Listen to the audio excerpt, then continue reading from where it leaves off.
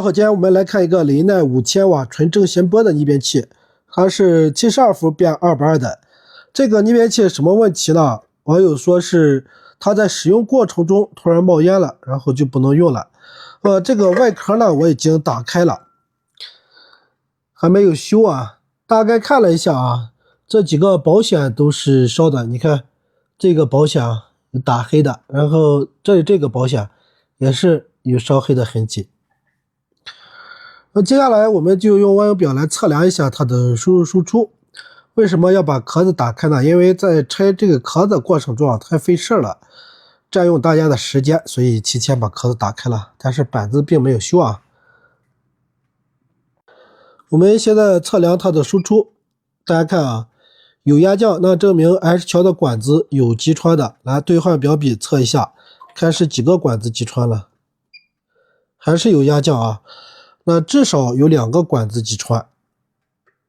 然后我们测量它的输入的话，大家看是没有任何反应的啊，应该是这里所有的保险应该全部烧了。我们随便测量一个，就测量这个打黑的这个吧。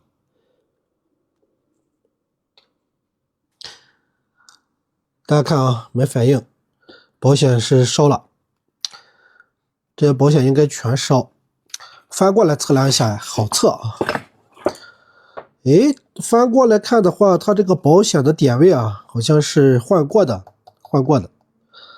来测量，你看这个不通，再测量第2个，来不通，测量第3个，也是不通的，测量第4个，一样啊，不通。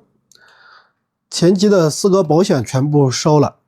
那么前级的保险烧了，前级的管子有没有问题呢？来测量一下。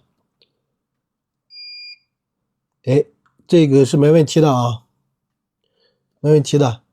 一个变压器我们就测1个管子，因为它都是并联的，没问题。这个也没问题，这边也正常呀，兄弟们。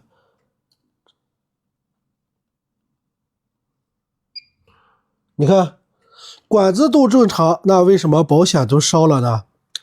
是不是后面短路了， H 桥短路了，导致前面大电流呢？我们来测量一下大电容两端，这2个点是大电容两端啊。来直接测量，大家看啊，测量母线电容两端直接是短路的。H 桥管子影响的吗？我们看 H 桥的管子是在这边，看它坏了几颗。这个是响的，来再测第2个，第2个也是响的，测第3个，第3个没事啊，第4个也没事。那么这么看来 H 桥的管子就是这2个坏了，这2个也是之前你看也是换过的管子啊。那这次坏的结果跟上一次坏的东西一模一样，上一次坏的保险这2个管子，那这次也是一样。我咨询过网友，这些维修过的点位啊，都是他原来在保内他返厂修的。你看这次坏了，又是坏的这些点位，设计上有问题啊。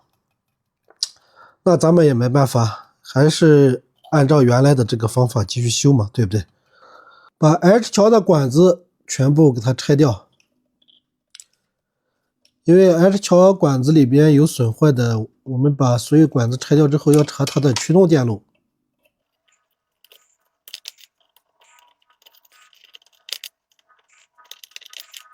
OK， 拆掉了。刚才在拆 H 桥管子的时候，发现一个有趣的事情啊，大家看一下，这是这个电容，直接是虚焊的，看。直接都能拔掉，看看这个引脚。那它这次炸 H 桥的管子跟这个电容有没有关系呢？这个电容的话，跟这里这个电感是交流的 LC 滤波呀。如果说这个电容不行的话，有可能也会引起烧管子啊。我们现在把这个电容重新给补焊一下。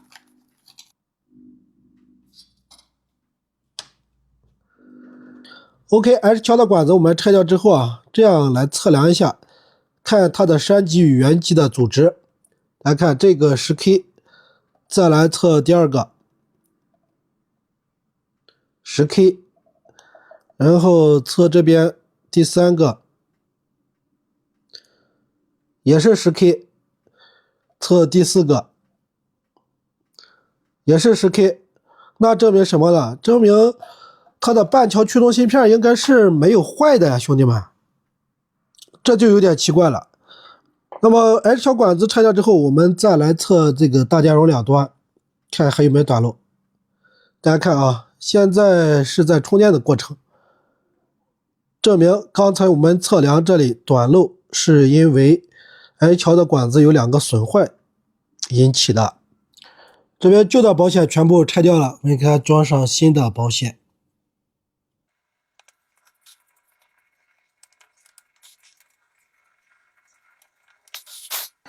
好，咱们先把前级的保险已经给装上去了，接下来给这里我们通入直流72伏，来测量一下这2点有没有电压。这2点就是母线电容的引脚。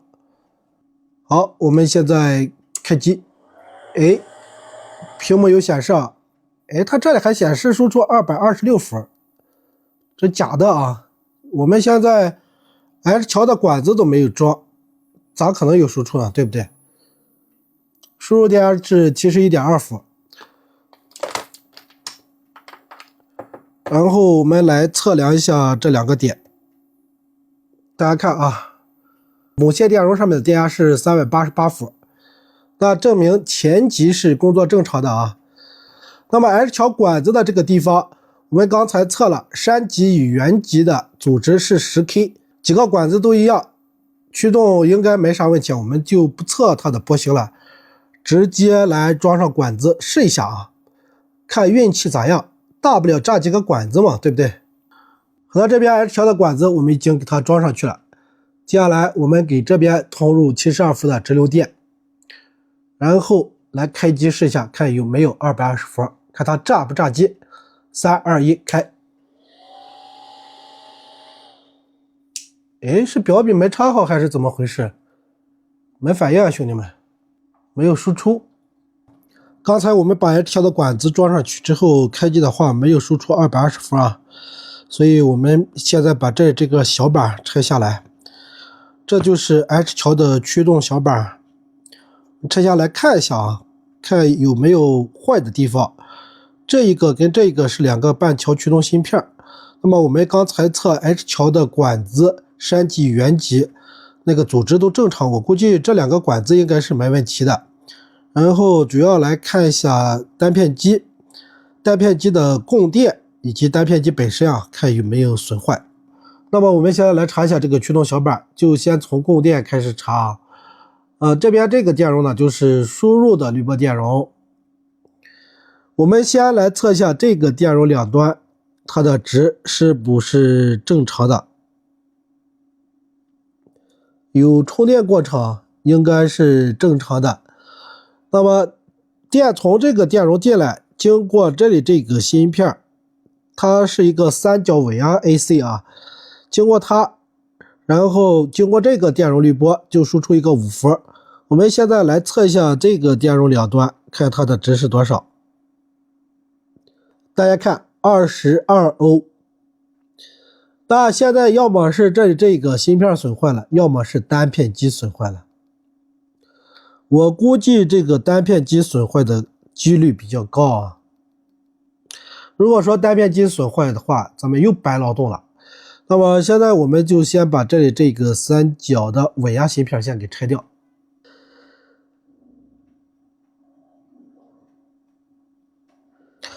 好了，这里这个3角的稳压芯片拆掉之后，我们再来测给单片机供电的这个小滤波电容两端，看它的值。